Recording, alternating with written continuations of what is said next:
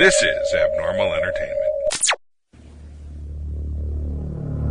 I am a real American, fight for the rights of every man. I am a real American, fight for what's right, fight for your life. You're listening to the No Cry Zone, a progressive political podcast on the Abnormal Entertainment Network.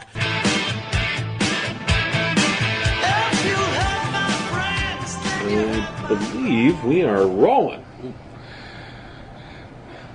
No Space Force? Haven't we had enough of Space Force? Never! Space Force. Hey everyone, welcome to No Cry Zone. It's me and John and Rob and the ghost of Christmas past and the spirit of Ted Kennedy lingering around. I have a spirit for you. Oh no. Now last night, we're recording this on Wednesday. Last night was primaries across the country. Yes, Yep. Some surprises. The Some New York big surprises, primary, the young woman beat out Crowley for the Democratic seat. He just didn't bother to even really campaign. She was out there hustling her ass and stole that seat from him. He was somebody that was mentioned as a possible successor to Pelosi. Because young people are lazy. Yeah. You know? So that was a big surprise on the Democratic side. Not many surprises on the Republican side. Basically, the Trumpies won, largely. The people that doubled down on Trump won. And the one I love the best was I heard a soundbite this morning from the governor of South Carolina, the one that Trump had been supporting. And his soundbite, I'm just going to do my imitation of it now. He goes, "We're going to win and win and win with Donald Trump. And we're going to keep on winning. And we're going to win and win and win." And I'm like, listen to this. I'm like, oh my God, what am I listening to? And then all morning long, I've been bugging the shit out of my coworkers by doing this imitation, and it's sort of expanding on it because I feel like there's a mindset that I feel like, and I'm feeling a vibe when I hear this voice, and I realize I'm being judgmental based on a dialect, but that's okay. I'm fine. Or a lack of effective communication. So let's say he pulls into the old country buffet. We're going to eat and eat and eat. And eat and eat. We're going to make America great again. We're going to bring back slavery. Oh, nice. Just a little bit of slavery. Not a lot. Just a little touch of slavery. Nothing wrong with a little touch of slavery now. He'll be better off. Now there's that certain set of Africans that are friends of yours, so you can look good in polite company. Right. They shall not be slaves. Yeah. They shall be second-class friends. So, as soon as we, we'll let the coloreds know which way they want to go. I'm just listening. I'm like, oh my God, this is like a throwback to like Governor Sanders. It's like, the 40s. 20s, 30s, 40s, right? You're like, it sounds like we have experience in a bad community theater production of Inherit the Wind. Thank God we've never experienced that. And if you think about that kind of from the South, in that context, is all of that was, a corrupt system, so all of them, they could get up there and make fools of themselves. If you already were the governor, you were pretty damn well sure to be the governor next time. All of the fixes were in that needed to be in until you couldn't be governor again anymore. Right. And that is a scary parallel to now. I mean, that's really the system that we're in, is if you go and kiss the ring of Trump, you win your Republican primary. Yes, I understand. But it's truly still one side of America. It truly is. There really are no Republican Party members. There are Trump Party. This is the party of Trump entirely. Oh, yeah. They've totally doubled down, tripled down, just quadrupled down. So this is my takeaway from the primaries. So we have people like Mitt Romney, who was in the Republican Party. He won the U.S. Senate primary. He's going to be running in Utah and winning because it's Utah. Right. And it's Mitt Romney. He's got the highest profile Senate race. It's like when Hillary Clinton ran for Senate. And he mitigated his anti-Trump rhetoric, and he largely won on that. The other side of the coin is there's lots of young people and lots of new voices on the other side. So it's going to be very interesting to see how this double-down establishment does against this kind of new vocal range that we're dealing with. So the Republican primaries, who comes out to those? The hardcores, right? Yep. Same thing with the Democratic primaries, except this time. This time it was less hardcore people in the Democratic primaries. Well, I mean, they were still there, but it was a far left agenda, largely, that was driving things. We may run into issues with, progressive purity tests. So that's going to be a thing. And I think, the impression I got this morning when they're, sort of just hearing the results from the primaries last night was that, both sides have gone to their polls. Yeah. In the sense of the Republicans have just, like you said, tripled down on Trump. They've gone to the very extreme right. And for the Democrats, I think the Crowley loss, and this one's one whose name escapes me right now because no one heard of her before last night. It does show that there's, she won the old-fashioned way. She went out and organized. She realized here's a guy who's taken this for granted. He's not campaigning. He just thinks it's a given. He hadn't had a challenger in the primary since 2004. And she went out and out-organized him and won it. And she won it on a very liberal platform.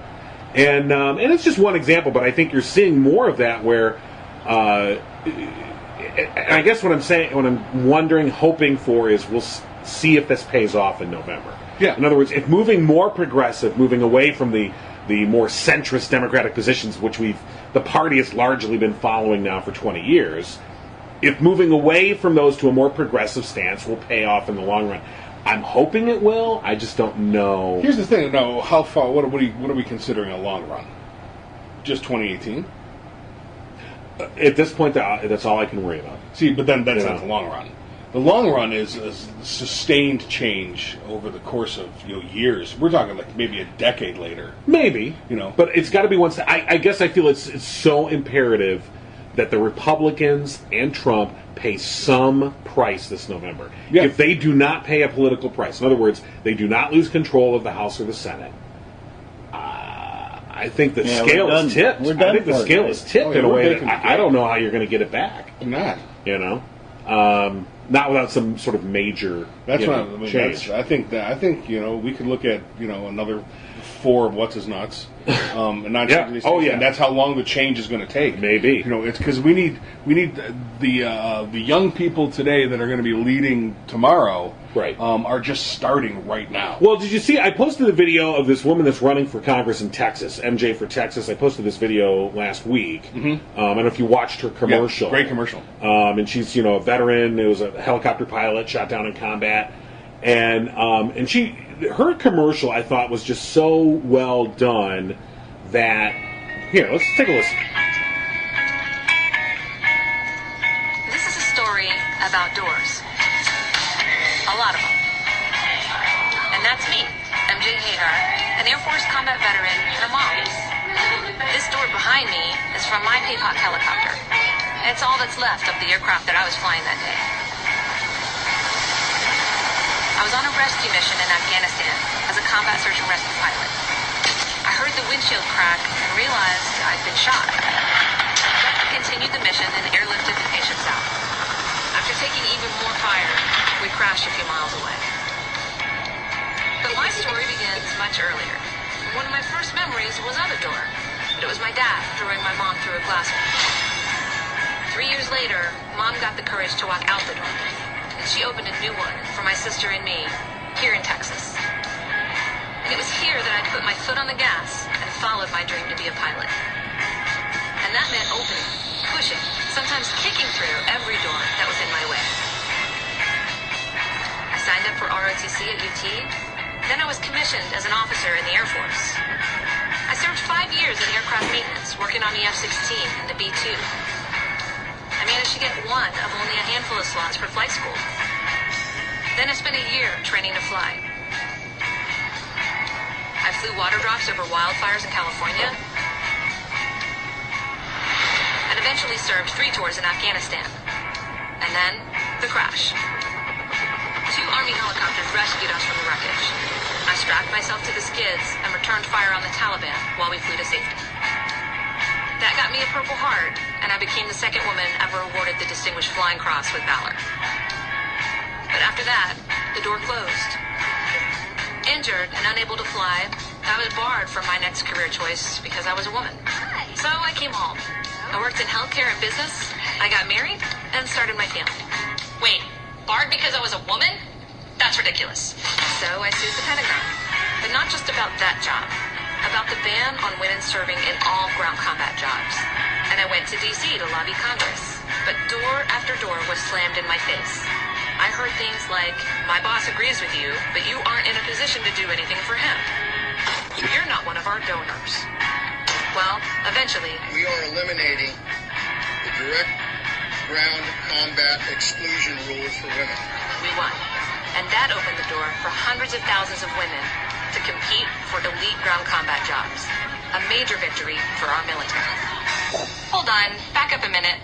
Not one of his donors? That's not how this is supposed to work. One of those closed doors was my congressman, Tea Party Republican John Carter. Apparently, being his constituent and a veteran wasn't enough to get a meeting. I guess I also needed to be a donor. So now, I'm running against him, taking on a system that cares more about campaign donors and political parties than protecting our country. Congressman Carter hasn't had a tough race his entire career. So, we'll show him tough, then we'll show him the door. So, so we're talking about moving to the left, and that's a very centrist type commercial, Right. in the sense of he's a U.S. Army veteran, combat veteran, and it's just smart. I guess that's the thing. It's if you watch the video, it's just very well produced. Obviously, some money was put into putting that together, but it's just smart portraying this guy, and as I think a lot of people have found through the years.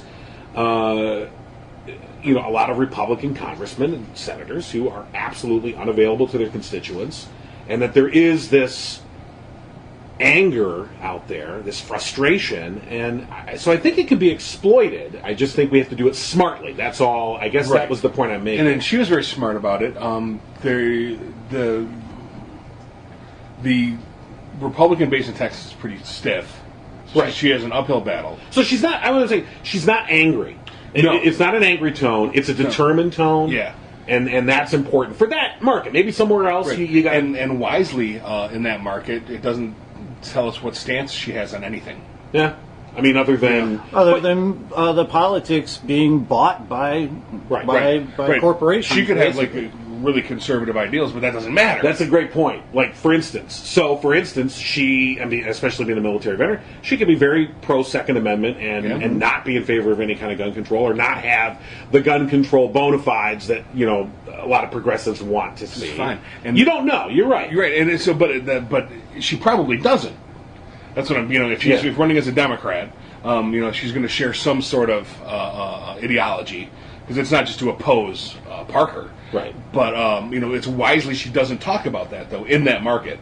So it's a plus. It's not to obfuscate her ideals. It's like, I'm not going to tell you if you don't ask, because I'm a superhero.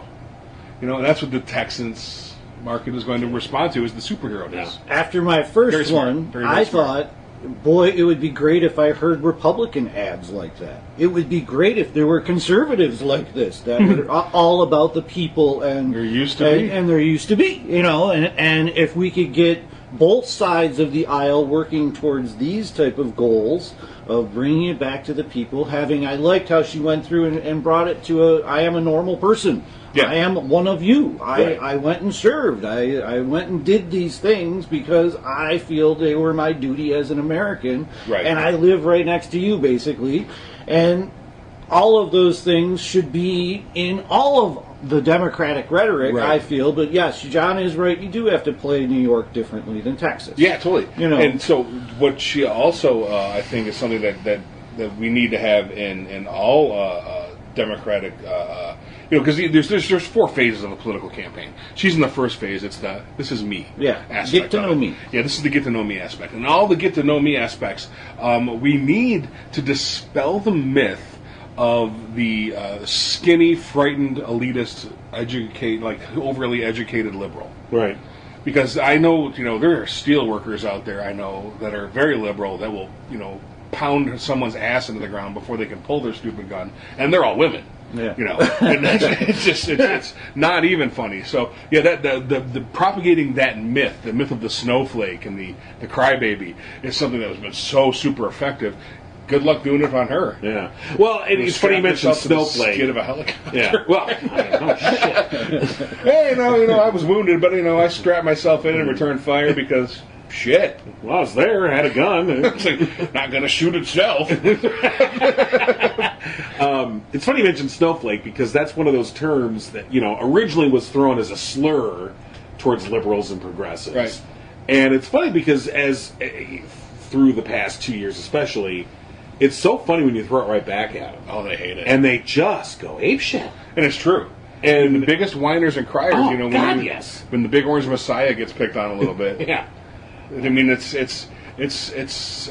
so bizarre, the hypocrisy that is, largely people don't see in it themselves. Like that. Oh God, what was that thing we just saw? Where the woman came out and was calling the man and his mother doing landscaping. Oh yeah. Dirty rapists because they were born in California. Right. They're both U.S. citizens, and but they're not naturalized. They were just born here, like the rest of us. So just God, you see these videos, people. and they're anecdotal in the sense of okay, there's always been racist people, but right. They're now emboldened. But you can see You can see how they're emboldened. Oh, and she quoted Trump. Yeah. It said she was right. Right. That's what you made that one even more particular. And now I love how we now have Permit Patty. If you saw the latest, this woman in California who called 911 on this young girl, African-American girl, who was trying to sell water on a hot day.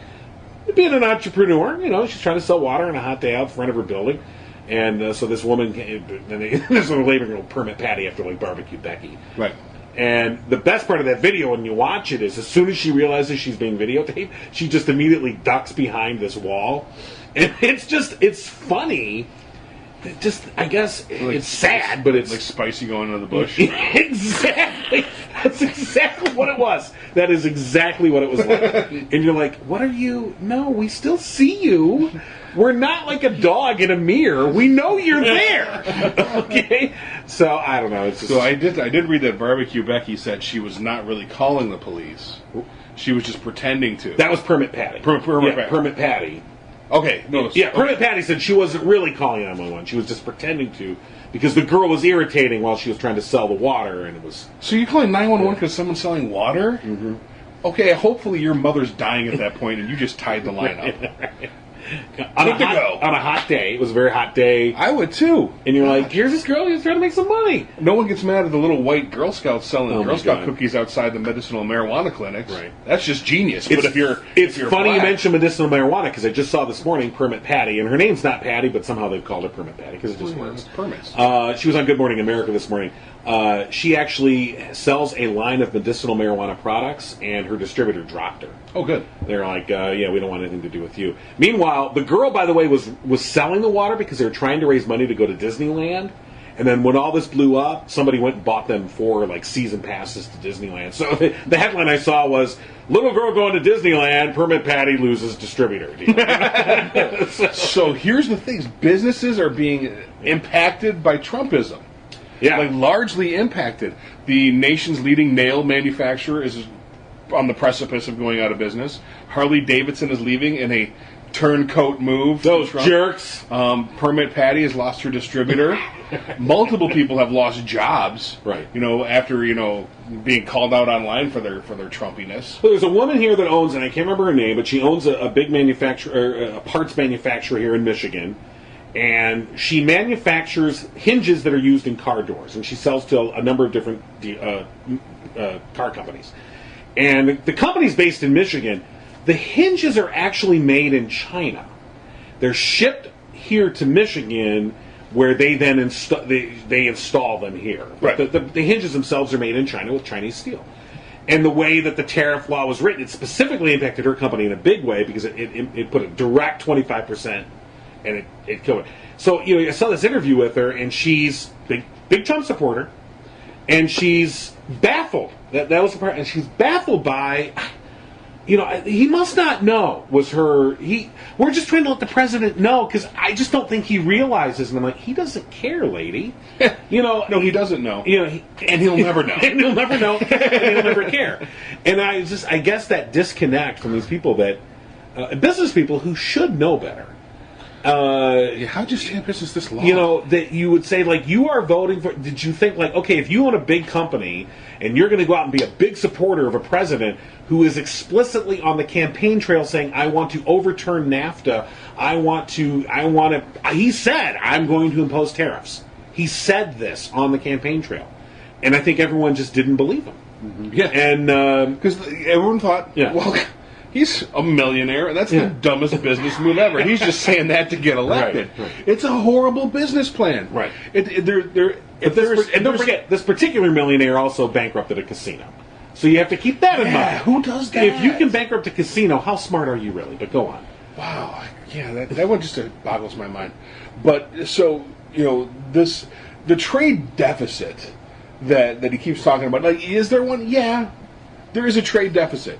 We buy more shit and import more shit than we export because we're a bunch of greedy ass motherfuckers. I mean, this is how it works out. If the 80s taught us anything, we just want, I just bought like a 2 book stand, like shelf things, just because they look cool.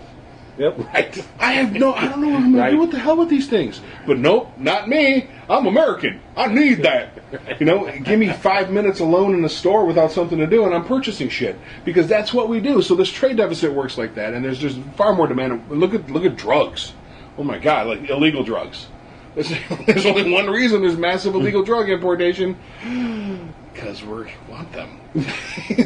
Well, I mean, we've created a consumer-based society, and so we don't manufacture anything anymore, really. Like the hinges. Less and less. But the hinges that we would have manufactured here 30, 40 years ago, we don't. Right. We don't. We import the hinges and we install them. We're largely becoming a service-based and retail-based economy. And retail's going. So it's going to be intellectual property, so good luck, all you elitist, intellectual, non-school people, because that's where everything's going. But and so the trade deficit is largely a matter of that, and starting a trade war. Trade wars are easy. Oh yeah. Yeah, well, so was healthcare at first too. Right. Who knew healthcare was so difficult? Who knew trade wars could actually impact people, except me? Well, the funny thing about the whole trade war was it's clear to me, I mean, he really, really thought that by simply threatening the tariffs, that the Chinese and the Europeans or whoever would all just completely change their structure. They would just completely cave just by the mere threat. And so then he's like, well, you didn't buy, I'm doing it. You want to know why? Like, I'm really doing it this time. And each time he does it, he seems truly perplexed. Like, well, why are they retaliating? Like, that's what they're going to do, dumbass. So you realize that this is all because his frame of reference is from the 80s. Yeah. And that's when the U.S. was a massive superpower in Europe. We saved them twice, them losers. He probably got his trade policy by watching Gung Ho. That actually worked out, though. That was a cooperation between cultures. Oh, you're right. No, he did not watch Gung Ho. You're right. I'm sorry. Bad mistake. The killer part about all this is all the working men. You referenced it from the 80s, too. Well, I went there because you said the 80s. So there's many working men and unions and firefighters and police and all types of unions that voted for this man because he was a businessman. Yeah. And no one thinks of this immigration problem as, the corporation decided to send my job away. No, it's that we have an immigration problem and there's too many people. They've got a back-assward view of who's actually running how many jobs and what types of things that we do in America is happening, how that happens, who makes it happen. So listen up here, folks. If you've lost your job to an immigrant who comes in, doesn't speak the language, will work for pennies, largely is like just looking for an entirely new life because their existence was so bad where they were. They're coming here for a new chance. What kind of loser are you? if you're losing that job. But isn't this largely a myth of the Oh, it's immigrant totally a myth. state? I It's mean, totally a myth. I mean, Your job is not going to an immigrant here. It's going to China. It went from your Exactly. corporation's Thank you. balance sheet right out of the fucking country. I mean, it's gone. It is never coming it's back. Never Your coming job back. Never, emigrated. ever. And that's why we have a world trade.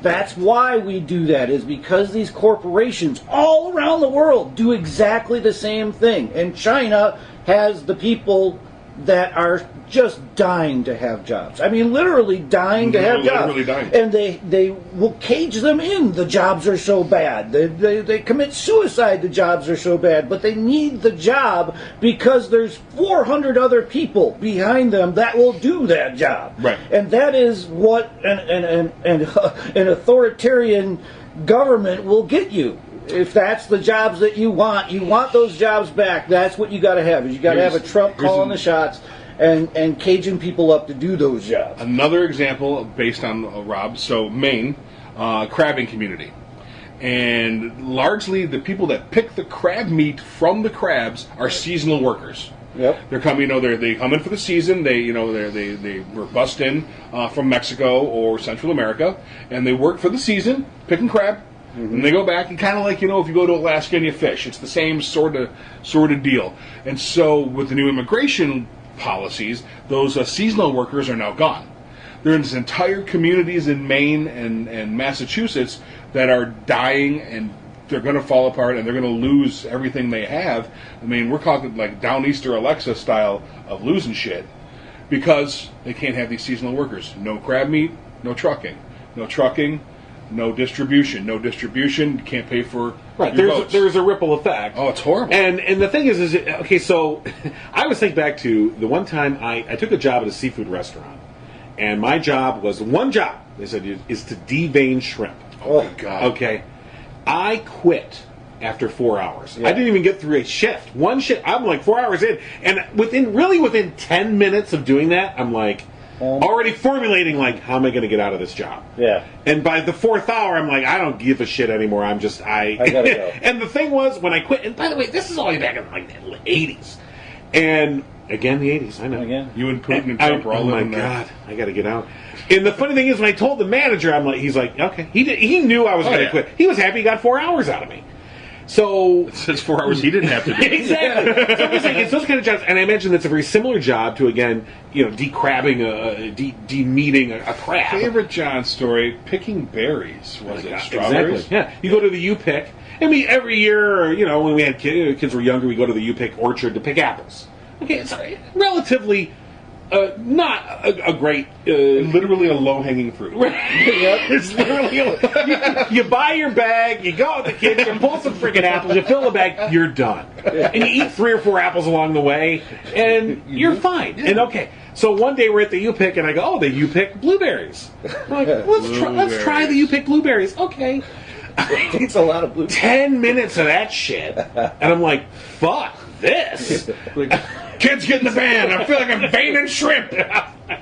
I'm like, now I get it. No one wants to do this shit. No one. No. Well, and that's Trump and all of his supporters are hailing him because we do have people that are refusing to come now. The immigration numbers are getting lower and lower due to Trump's policies, scaring the actual good people that we want here to do those jobs. And the only ones that are still coming are the asylum seekers who are like fearing for their lives, or the bad hombres that Mr. Trump says that he wants to keep out. And I really do think this was, kind of a formulated plan, is he understood that he would have press coverage because immigration is getting less, but he would be continuing this problem, and we will see it more. You'll see more and more crime because that is the immigration people that are coming in now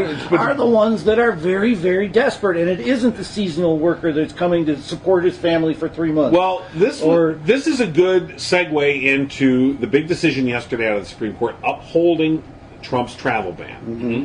And I heard I figured would happen. Yeah, which was a kind of a given, especially with Neil Gorsuch, and we'll talk more about Neil and how important It was that what Mitch McConnell did. But so the thing about it, I heard an interview last night with an Iranian doctoral student, okay, who has come to the U.S. He's been here for 4 or 5 years now.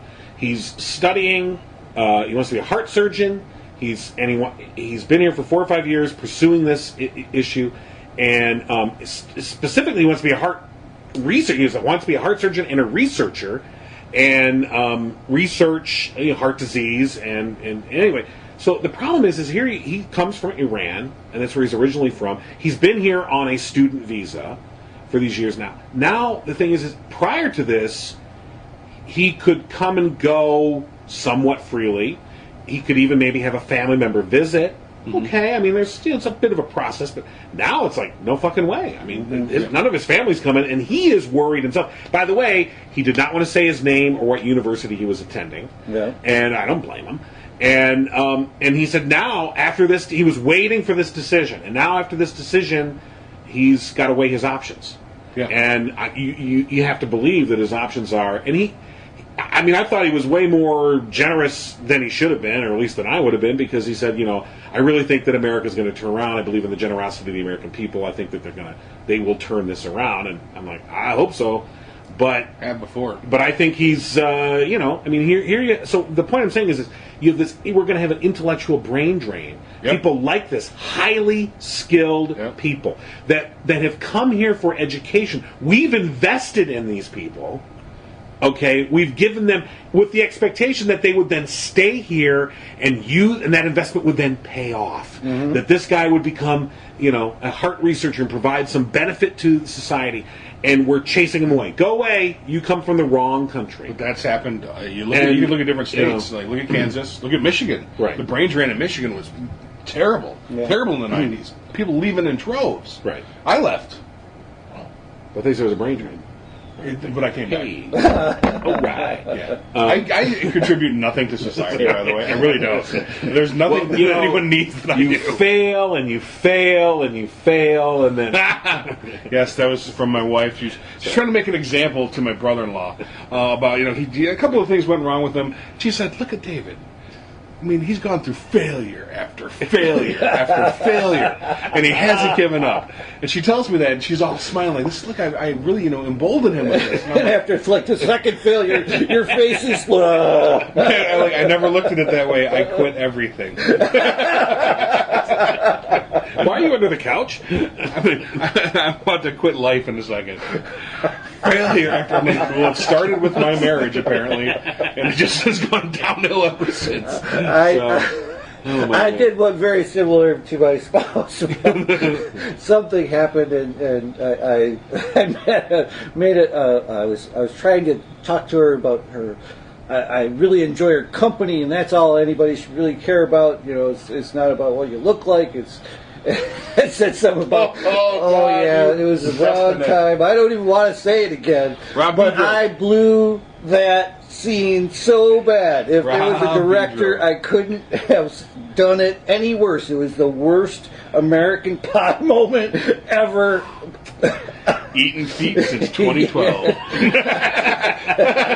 So it can happen. She might have been really, she was trying to offer a kind word, a compliment that just came about. Came bad. Came out really, really bad. Besides the crippling self-doubt that periodically hits, this one's a nice one. This is it's like icing on the cake. So I don't want to belabor that. All right, so back to these Supreme Court decisions this week. So it failed as well. Failure after failure after failure.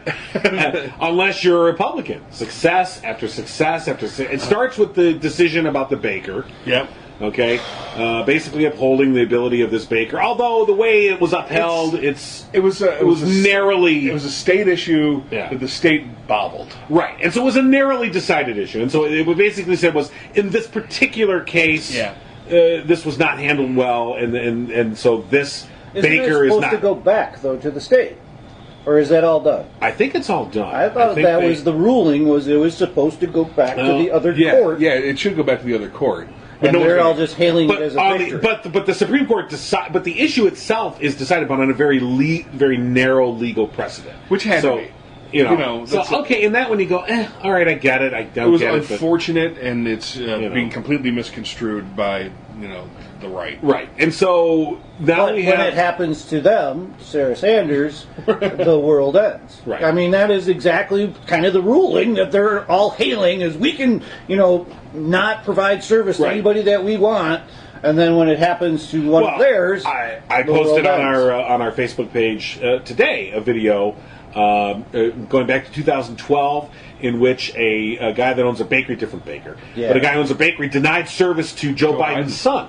And it wasn't even that big a And he deal. was They made a running- call to him and said, Yeah. hey, we want to drive by and do a press op Right. at your place. Is that cool? He said no. So they went up the fucking street. It wasn't a big deal. Right, but and they made the it point national was news. they. Put 'em But on the tour, point yeah. was they at this public some sort of rally, Yeah. election rally. They were laughing about it and thinking Yeah. they thought it was hilarious that they Yeah. had denied service because based on his politics. Yeah. And you go, hey, this is the country you guys wanted. Yep. This is what you wanted. Yeah. And I don't agree. I'm not. And as I said, if it was my restaurant, I'm not saying I would have done it. I'm not saying I wouldn't have done it. That was her decision to make as the restaurant, owner. I don't know that it really furthers anything necessarily. I think it also puts you in the crosshairs. It Some guy does. just flung poop at it the other day.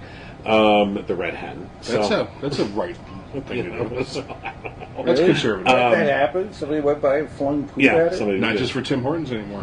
Now it's all over. So I'm gonna throw my poop at it. Watch Myrtle. that'll show him. So And you gotta just think that good old Vlad's just sitting back, just laughing his ass off. He probably just doesn't get it. Like, why would anyone throw poop?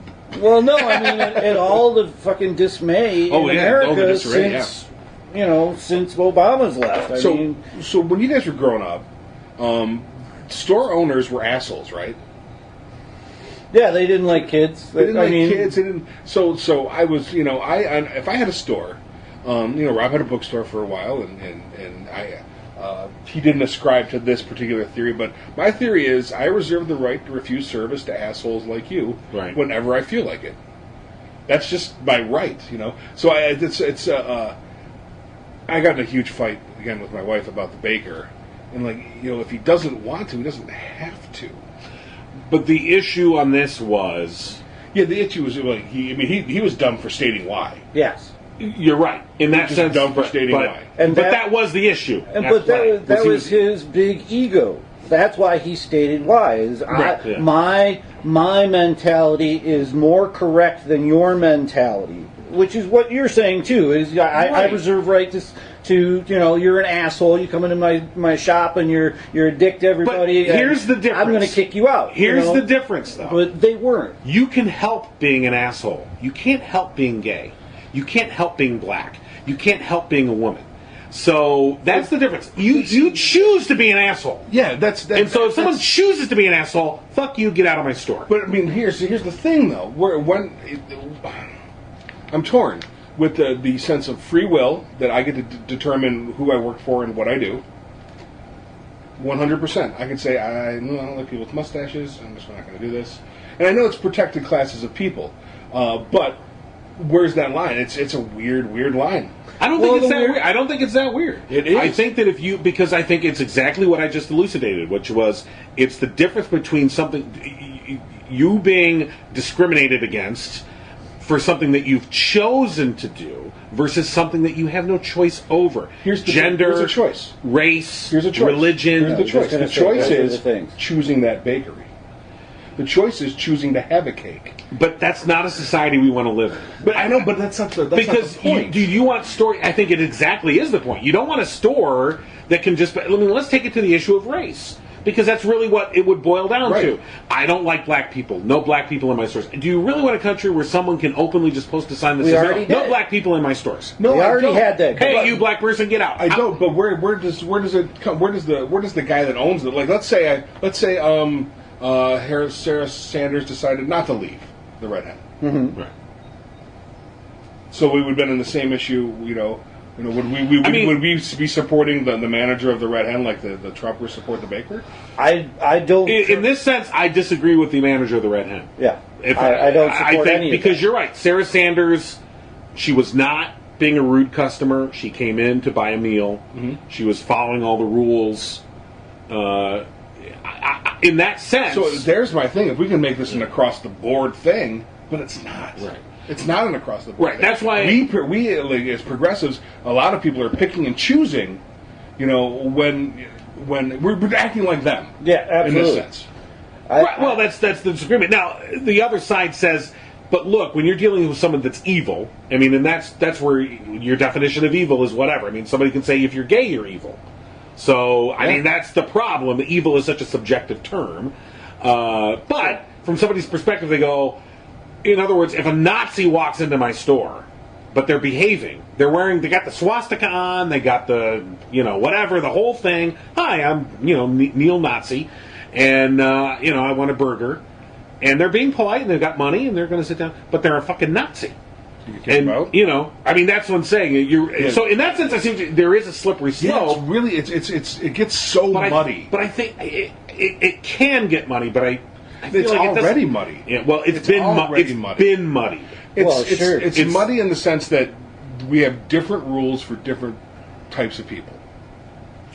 But we've determined that public accommodation has to be actually do have laws. Okay. Sarah Sanders walks into that bakery. She's a known liar. Lying is a sin. That baker refuses to serve her. Right. On religious grounds. Well, under this, under the way that the legal interpretations are now, that would be perfectly legal. I don't think it's. Right. I think it's a bad way to go. I agree. Horrible. I think it's a bad way to go. But I also do think that you cannot. I don't think you should be allowed to refuse service based on someone's sexual identity, their gender, their race, their religion. These are things that you do not get to choose necessarily. Right. And I don't think so either. But we're still left with the autonomy of the business owner, and that's the optic that is really getting people riled up. I think you're missing a key point to being a business owner is you are putting yourself in a public place. Right. Oh no, and you are providing for the public, and you are hoping that the public comes in and shops at your store. Right. Right. So that point right there, I think, should create, if you are within a set of norms for public interaction, then you should be served because you are a public business. I completely agree with you. I'm just saying, so if you don't serve people, you're just a bad business person. Right. That's just a horrible business practice. Well, exactly. Right now, that horrible business practice, there's the delineation between sexual orientation, for race, for religion. It's either we're all open or we're all closed. That's the only kind of way it can work, because now the Sanders thing is popping up, and it's on moral grounds. The same grounds the baker had were moral grounds. We got to get our shit under control and decide. I entirely agree. I think that's all I'm saying. And I disagree with the fact that the baker could refuse the service to people. I think it's morally awful. I don't think a hateful act will ever stop another hateful act. It will take acts of kindness to stop this bullshit. So. I'm trying to do a news bulletin. All right, news bulletin. We were in the middle of it. Well, that's what they do. We're in the middle. We're in the middle. That's what I'm interrupting. I said I was interrupting, and I'm interrupting. Supreme Court Justice Anthony Kennedy announced he will retire. It gives President Donald Trump this chance to cement conservative control of the high court. Kennedy has often been a swing vote. He's a conservative, but he's often voted with the liberal wing. And this is bad news. And so, to me, the Democrats, with whatever power they have in the Senate, use it. Use the fucking nuclear option. Fucking throw your body down on the floor. I don't care. Take a dump on McConnell's desk. Kick shit over. Set shit on fire. I do not care, because the Republicans under McConnell, they set the tone with the Merrick Garland bullshit. And so, because if he gets a second pick, we're fucked. We're already fucked. We saw that this week because Gorsuch, anyone who thought, well, Gorsuch seems like seems like a nice guy. No, he's right in there with Alito and Clarence Thomas. He's in the very extreme wing, and he was, a solid conservative vote on all these things that have come down this week. And you don't ever be considered for Supreme Court without having big money in the game. Yeah. They're getting Gorsuch has been groomed by the conservatives. Yeah, by Koch. And it was so the brothers that did most of from Gorsuch. I mean, and now with this, I'm going to plant this now and say, Donald Trump is well on the way. He is well on the way to being remembered as a great U.S. president. I'm not saying he's a great president. I'm saying that he will be remembered as a great president. The Republicans and the conservatives and the right-wingers and the zealots, they will, in years to come, will revere the name Donald Trump as they revere the name Ronald Reagan. Yeah. And only if even without this news of Kennedy retiring, if only for the Neil Gorsuch thing. And the fact that all this other shit that we're talking about, all the trade shit, blowing up healthcare, all the shit that he's done where people are like, oh, you're an idiot, you're a fucking moron. If nothing else, he has shown that the one right move he has made was making sure that he followed. You talk about money backing. Like I said, Gorsuch was groomed for a long time to take a position like this by the Koch brothers type conspiracy, if you want to call it that, that's out there. He was groomed to be somebody that would be picked, and they purposely held off Obama's nomination so that they could give it to him. And frankly, if Merrick Garland had been given the seat, the Gorsuch would be the guy that he'd be up now. Gorsuch was going to get picked one way or the other. The next conservative pick would have been him.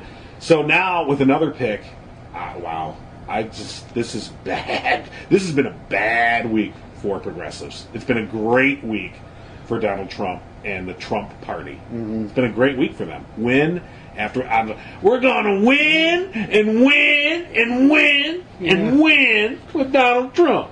In the context of primaries, yeah. But this is more than primary. We'll see what happens too. We're a heartbeat away from all kinds of things. From going Mike on. Pence, he'll pick somebody much more moderate. No, we're talking like even on the court. Yeah. Well, right. What if they pick someone they think is straight up conservative and it's another candidate? That's happened before. Yeah.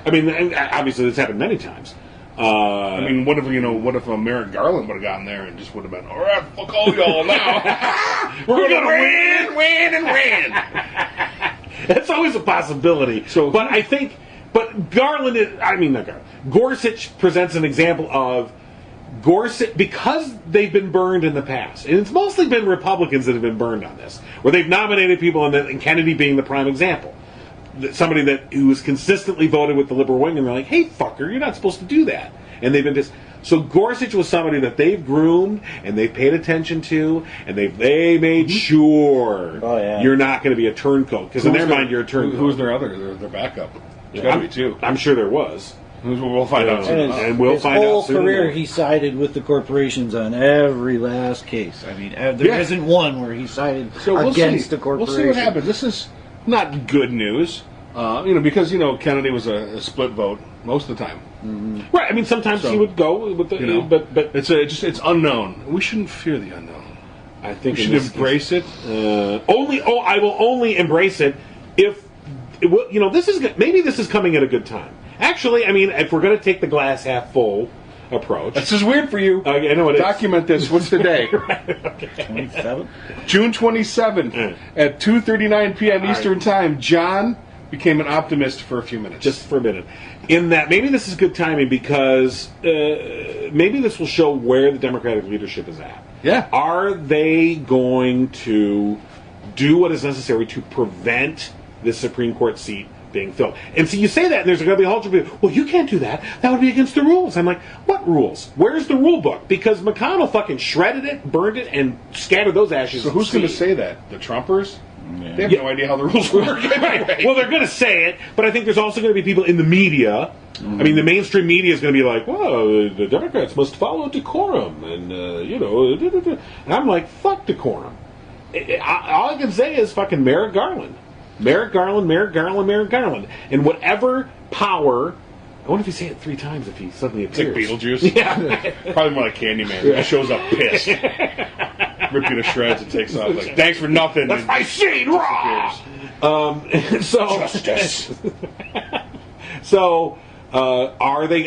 In the minority, and especially in the Senate, you have certain abilities.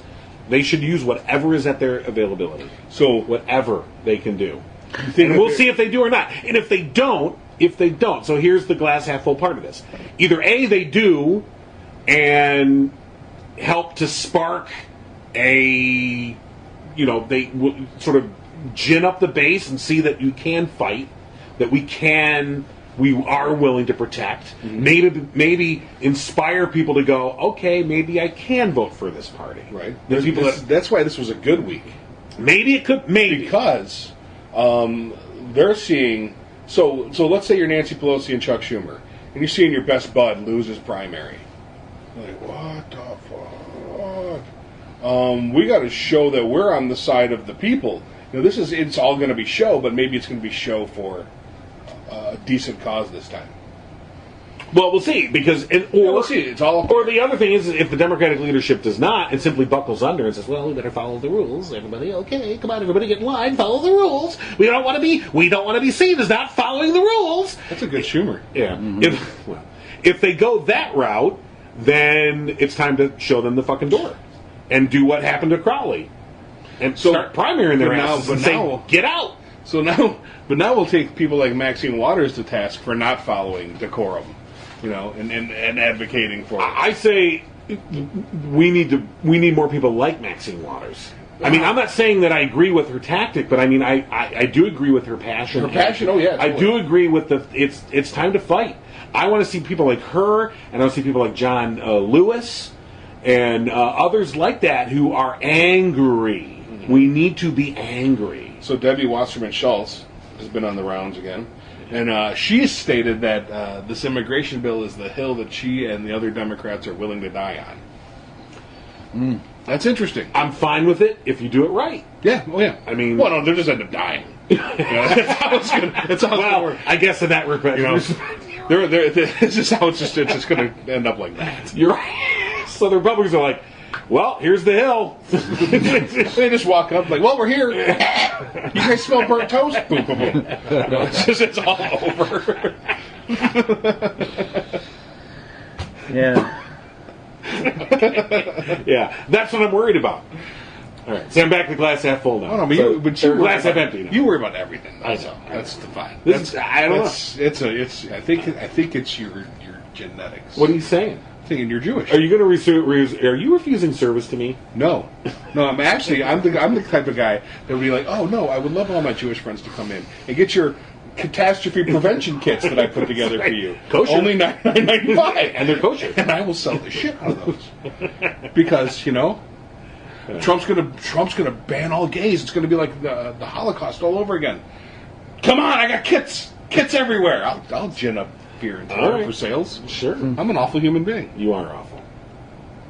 You should be Republican. I would sell the same kits to Nazis. No, you truly are. You truly are an awful. Now you don't care as long as they're not in your store, right? No, come on in. No, I'm not going to say I refuse service to assholes, and I have a very liberal definition of who an asshole is. Generally, just don't piss me off, and wear shoes in the store.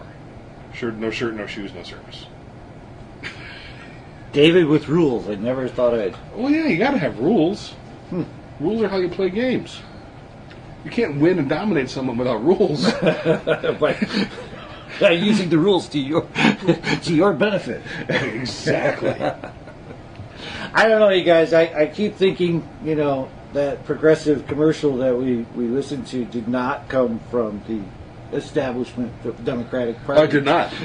It did not. and the establishment Democratic Party did not bring universal health care to the table when they had the chance. They did not. And they are still shying away from the things that the progressives and the independents want in this country. They are. And they are running scared just as bad as all of the politicians from the progressives and independents of this country. They are. And I don't see it ever coming together. I am in that pessimistic mood that we're going to have this shit for the next 8 years until they crash and burn it, just like Bush's did. And then the Democrats will gain power and fix it and be called exactly the same things that we're being called now, as not risk takers. We want to have a smooth existence, and that's not good enough for the businessmen of this nation. And we will continue to have this because it's a different conversation now, Yeah. because the businessmen of this nation are being impacted. because of the same thing that you're saying about the Bernie thing. And it was sad. I saw in the paper that is one of their top contenders for the presidential is Bernie. Yeah. And so Bernie yet- came out against Howard Schultz. Yeah. And so I'm reading this feed because I read them. I don't, throw out rocks like John does. But I'm reading this, and Bernie comes out, and Howard Schultz doesn't think that we can get universal health care passed right now. He's come out and said something like that. Mm-hmm. And Bernie said, I completely disagree with the guy. And so a poster on this called Howard Schultz a corporate crony that underpays his staff and is one of the most horrible businessmen on the planet. And as someone who's worked for Howard Schultz, that is the farthest from the flippin' truth. So there's like super progressives and super liberals. Any tie to any corporation anywhere is a bad thing. That is how you have to break. And that was one of my biggest things. But it isn't. That You look at a company like Starbucks. It does amazingly cool things across the globe. Treats their employees very, very well. So do you think that they should have a larger voice in government just because they do that? No. I think that everyone should do that. Okay. And we shouldn't vilify them just because they're a corporation. I understand. Look at Costco. Same thing. Yep, and all of these corporations were standing in line to give Michael Cohen oodles and oodles of money to get into. All of these corporations were. All right, not all of these. That's what I'm saying. We paint with wide strokes like everyone else does. I think that Starbucks does get into the political game. Yeah, of course they do. They hand money over to congressmen and senators. Do they? Yes. I will look it up on Open Secrets if you would like. I don't know. But yeah, absolutely. Who does it matter who they hand it to? That is my argument. Is that was one of my biggest things. I was in the little Bernie group around here, and one of their sticking points was we want to have small donations from millions of people instead of large donations from less of a cross section of America. And you have to think of that as that is what it takes. If you are trying to get the power back to the people, you have to make the congressmen go around to the people to get the money. You can't have them be able to get these larger donations and only care about those larger donations. That was the whole gist of that commercial that we listened to, is she went to her congressman and got the doors shut in her face because she doesn't have enough money. She doesn't have enough juice. She can't offer him something. That is the problem, and every time we get into this fight, which was what made me leave too, I was like, that's not going to work. You can't get that through. You can't do that. But you can if everyone decides this is what it takes. And I think that was a great way of describing it in a very nonpartisan way, in a very non-Republican Democrat way, of this is what our government has turned into, and if we want to continue down this path, do nothing. If you don't, you have to do something.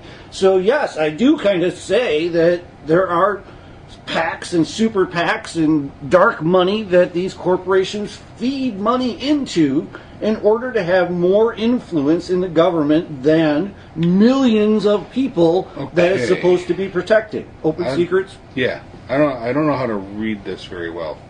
But the 2018 elections is what I pulled up for Starbucks and their donations. This is also this includes it says, let's say,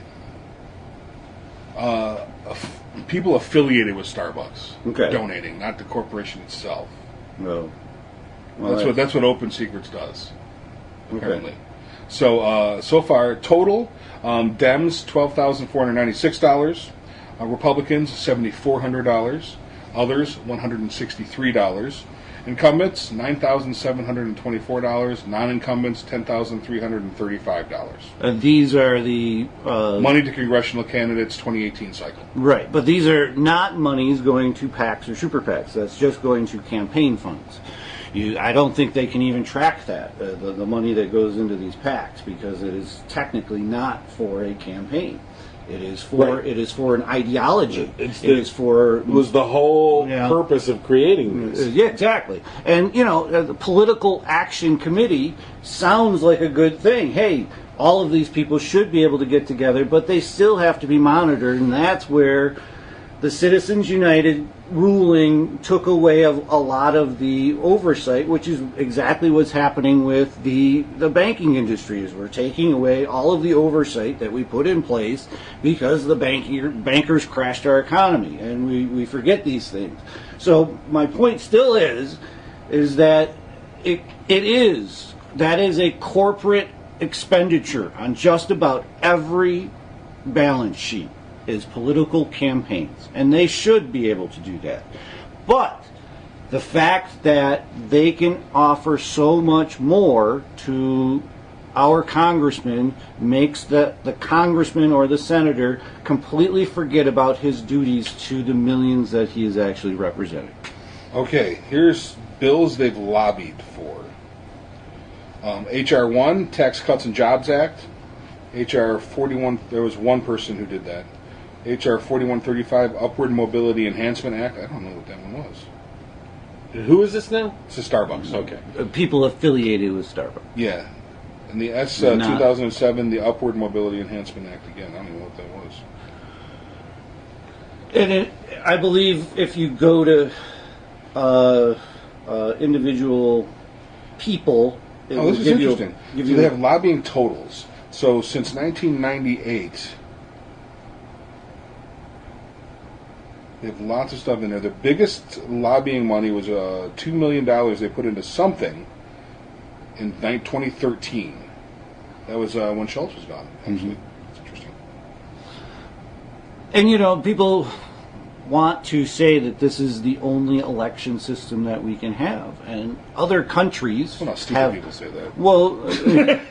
Well, I mean, they go back to the Constitution, and this is what our founding fathers did, and those guys were biased as well. Those guys wanted rich people to be the leaders of this country. They did not want the slaves to have votes. They didn't want women to have votes. They didn't want anybody who wasn't a property owner to have votes. But that they at least got the non-property owner through before. Oh, it won't. It's just a little bit of slavery now. Just a little smidgen. So I mean, I think there's by and large for-profit corporations are out for profit, of course, but I think there are some decent ones that treat their people well. Yes. And I think that Bernie vilifying or supporters vilifying someplace just because it's a corporation is Well, here's the Upward Mobility I- Enhancement Act, by the way. What I was looked that? it up. Introduced by Jeff Flake, interestingly.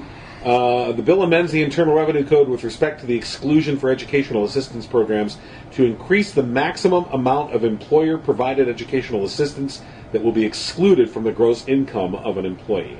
That's a good thing. Yeah, that's a good thing. Jeff Flake introduced that? Yeah. Well, I'll be damned. Yeah. We're going to lose and lose and lose. Well, I mean, that's just the thing. Well, that's what Starbucks pays for a lot of So you could associate. Well, you can see why they would education. support that. Yeah. Like in France, they limit the amount of money that you can spend, so that gives it less incentive for corporations to give large donations to those type of things. They also limit the amount of cycle there is. We can do these things. They're not a detriment to our country to try and implement these things and get away from a point where we have an offset of power, and that's really all it is. It's right now. I believe everyone is pissed off because we have been corporately owned government for so long, Right. And that's why everybody's pissed off. Is And they don't know it. And they don't know. That's the thing. People, you talk about you get roped into the UFO believers, Yeah. and you're if you start talking about the corporatocracy of this country, Yeah. and it's long. It's not it's- something recent. It's and long it's- established. right.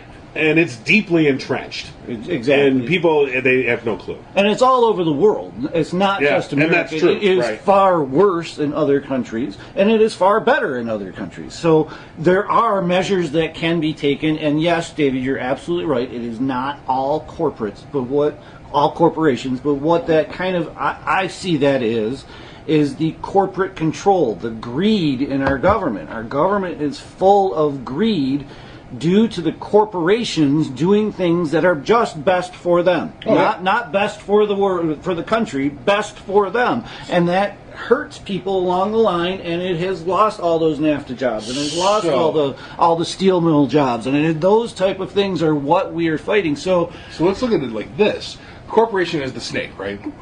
And a snake will bite you. Yeah, we know this. Mm-hmm. It's his job. It's the scorpion. Yeah, scorpion is there to sting you. So. We need to direct our ire at the people that play on that and make it legal. Say it. Oh, Citizens United. Sorry. That the corporations wanted that to happen. Oh, absolutely. Okay. That was them pushing but it through. The politicians wanted it more. Mm-hmm. Far more. They wanted it more because that's where the money was coming from through that cycle. That's our problem. Is our cycle is so goddamn long. So we know they're always looking for money. We know if the scorpion's the scorpion, they're going to do whatever they're going to do. Mm-hmm. We just have to, again, it gets back to regulation and limiting what the scorpion, the availability of the scorpion has to sting you. Yes. And I think that we're not going to change corporations. No. So we have to change our approach to them. Yes. Absolutely, and calling them all evil probably isn't a good. No, good but Starbucks is out for a profit as well. Yes, they just probably have more of an ethical code than some, more than Goldman Sachs, for example. Right. Goldman Sachs is the remora eel of companies. It just latches on and sucks the blood out of whatever it's attached to. Mm-hmm. Right, so some companies have more, social. But it looks like, from the stats, there's a company like Starbucks, and there's plenty of companies like that as well, that are decent, run by decent people that have decent aims and want to treat their people well. No one we work for at this table at all. So there's that. But wait a minute, Rob, don't you work for yourself? Rob screws himself daily. Yeah, accurate. Rob turned himself down for a promotion last week. Yep. I didn't deserve it. I knew. So Rob's been lobbying as congressman to get the Rob Vidro Act put through, which is just to pay him money. Well, and that is the thing, is defense contracts. Where that's same bullshit right there. Same parasitic bullshit. All of that money could be going to a different source, but we have this big roadblock in place that we have to crash through, and unfortunately, that roadblock is corporations in this country. Right, which we were warned about 60 years ago by Eisenhower. Mm-hmm. Yeah, who on his way out the door, here's a guy who spent his life in the military. He knew, and he said, "Watch out for this." Some people largely ignored it, and it's only gotten 60 years worse, more entrenched, more destructive. And they've learned that to control the masses from not understanding that, all they gotta do is own the news stations. And we talk about Roseanne Barr instead of the budget going through, and we talk about Sarah Sanders getting kicked out of a restaurant instead of Trump going to court trying to get the Obamacare provisions taken off. Here's something that's gotten lost in all of the news, whether it was the ridiculous, like Sarah Sanders getting thrown out of a restaurant, or the coat that Melania wore, to these very important Supreme Court decisions. What has not really been very talked about much is the Republican bill to merge the labor and education departments, mm-hmm. and then gut Social Security, Medicare, and Medicaid. Mm-hmm. And there's some minor talk about it, but the cycle has overwhelmed it, and now that's been sort of just, it's there. And it's the shark under the water. Yep. And this is what their goal has been all along, to do something like this. That's big. That's not just like, another Republican screw you in the ass. This is a reorganization of our nation. Yeah. This is taking us back 100 years. They want to do FDR. it. They want to go back to pre-New Deal. Yep. Back when there was a very small very inactive federal government. And that's what and most Americans have no idea what that means for them. They don't understand. But when it happens, the blowback is going to be intense. And that's... They'll have power by then. And that's what they're power banking over on. what? Well, that's just the thing. They're actively limiting their own power. Well, I mean, look at Russia. Did he care? Did he care that he was economically crushing that country when it went under by not diversifying? No, he didn't. He got a group of his people together that were loyal to him, and they're fucking raping that country every single day. Pre-internet. So, I mean, what's pre-internet? But look at internet now. All he's got to do is put out competing stories. Remember what we always say, and we're all divided. It doesn't impact them until it impacts them. Yep. You know, no one can see, 2 years into the future, on the right basically, because that doesn't affect me. They're never going to come for me. It's not. The Social Security is going to be around forever. They're going to blow it. Just like they blew the recession, trying to pin it on Obama. It's going to nuke early. Interesting article. I never heard of this website called Splinter, but anyway, interesting article I saw on Monday talking about this, and it says basically just said this is just the beginning. It's got a picture of a limousine in flames, and it said this is just the beginning. And it's a long rant, but this one paragraph I think kind of says it all. It says one thing people who wield great power often fail to viscerally understand is what it feels like to have power wielded against you. This imbalance is the source of many of the most monstrous decisions that get made by powerful people and institutions. The people who start the wars do not have bombs dropped on their houses. The people who pass the laws that incarcerate others never has to face the full force of the prison system themselves. The people who design the economic system that inflicts poverty on millions are themselves rich. This sort of insulation from the real-world consequences of political and economic decisions makes it very easy for powerful people to approve of things happening to the rest of us they would never, ever tolerate themselves. And then it goes on to basically say, it's not a call to violence, but it is very much saying expect violence. That's how revolutions happen. That we're seeing the threads, the seams that have been hidden. If you want to use the analogy of a piece of clothing, you see a nice shirt, a nice pair of pants. You don't see the seams that are holding the damn thing together. That's all on the inside. That holds it together. We don't show that on the outside. But the seam, we're unraveling those seams from the inside. And then when the clothing all falls off, we're going to look like idiots.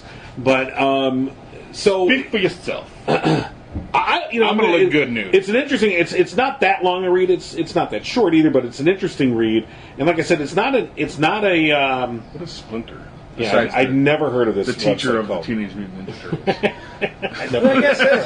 But it was interesting. Like I said, it's not a call to violence, but it basically just says expect more. It's just prophetic, that you're going to see people who have been pushed and pushed and pushed and pushed, and there's nowhere else to go. They're not just going to knuckle under. That Remember the Egyptian summer? Yeah. So I don't know. Maybe Maxine Waters is maybe those snowflakes have hit their breaking point. The only thing I know that there's two things they're scared of. They're scared of how we vote, and they're scared of how we talk about what money they get. Right. I mean, you saw that from Hillary. I mean, she went into a complete defensive mode as soon as you started talking about what money she was taking, whether or not it's right or wrong or legal or not. As soon as that came out, it was a different Hillary to combat that. And it shouldn't be that way. If you are taking money from people and you know that those people, let's say it's Starbucks, let's say it's a good corporation, you should be able to say, damn it, yes, I take money from them. This is what they do for us. But that's not what the politicians do. They're absolutely positively scared of you knowing how much and where it's all going and how they get it and what they have to say to get it. That was the whole thing with Hillary. She didn't want that speech coming out. Well, what do you think she was promising them? Oh, I'll be easy on you. Don't worry. Yeah. Give me some more money. I'll get in and I'll be easy on you. Look what killed Romney. The 1% speech. Everybody listens to how Romney's talking, too. Anybody hear that clip today? He sounds like a complete centrist now. Oh, and right. I mean, here's a guy who 6 months ago was in the Never Trump camp. Yeah. And now he's like, well, I look forward to working with President Trump on advancing. You're like, oh, fuck off. Yeah, it's so that and that kind of disingenuous stuff it resonates with people. I'm agreeing with Splinter. I'm not advocating for some kind of violent revolution, but it's boiling. Well, here's what, so it ends with political this. revolution. Here's what it ends all with. want. Because the day will come sooner than you all think when Trump administration officials will look back fondly on the time when all they had to worry about was getting hollered at a Mexican restaurant. When you aggressively fuck with people's lives, you should not be surprised when they decide to fuck with yours. Stop working for this man. Stop enabling him. Stop assisting him. Start fighting him. The people who are responsible for what is happening are not going to get out of this with their happy, wealthy, respectable lives unscathed. This is a country that locks poor people in cages. This is a country that is tough on crime. Remember, and the ones who make the laws are not going to like what happens when America starts to regard them as the criminals. I don't know. I mean, and that's just the thing about how they've worked the system. We've got our judges now taking money, and they're all politicized, and many people say that's how Hillary is not in jail. Is she has judges on her side, and those cases were technically dropped or moved past this or got past this. There's one in Arkansas that was the medical examiner was under heavy scrutiny. It just takes that when you're in a powerful nation and all of that power is centralized in one little. Did your pessimism slip back to like Clinton conspiracies? Well, I'm trying to offer up some of the other thinking on this too. It is not just Republicans. What I'm saying is this system is for both parties. It is not just the evil Republicans in this system. These things happen in our own party, and we are getting screwed, and they are lying to us as well. Well, I'm just saying, if we need an intervention, let us know. Okay. If you start tinfoil hatting, no, we're going to put you. I'm going to get a van come by. Has he mentioned Mina Municipal Airport? No, not yet. Not yet. Then I think you're fine. That's our test. No, I'm not saying they haven't paid their way out of things either. Because if I was that rich, I would. I simply would. I'm not, so I go to jail like normal people. Mm-hmm. Often. Well, all right. Well, I'd fix that if I was in power, David. You wouldn't be in jail. President Vidro, you would pardon me? I'd pardon you. I pardon you from being an asshole. So you can't get service at the bakery. Which is good because there's so many carbs there. I'm kidding me, but the bakers are like, no, it's okay. What are you doing? You're putting a tariff on fat people? You're going to kill us! We're going to win and win. This song is called Baby Don't You Cry.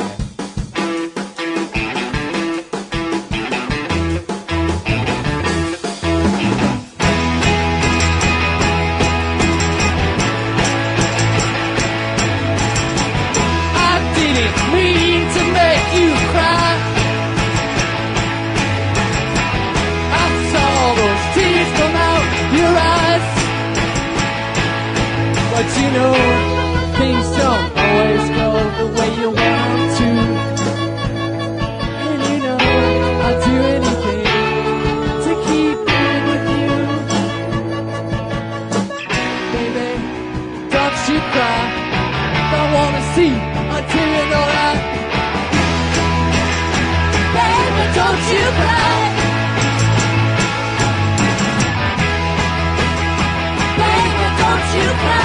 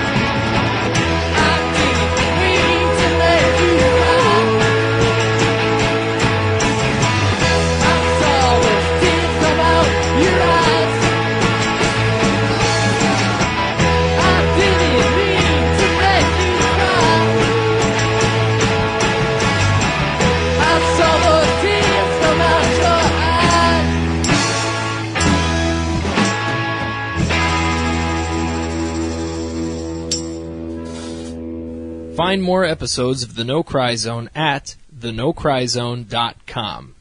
Tweet Rob, John, and Dave at No Cry Zone. And find The No Cry Zone on Facebook. Listen to every Abnormal Entertainment show on Google Play, Apple Podcasts, our YouTube channel, or anywhere you find your favorite podcasts. And don't forget to visit abnormalentertainment.com. You've been listening to the Abnormal Entertainment Network.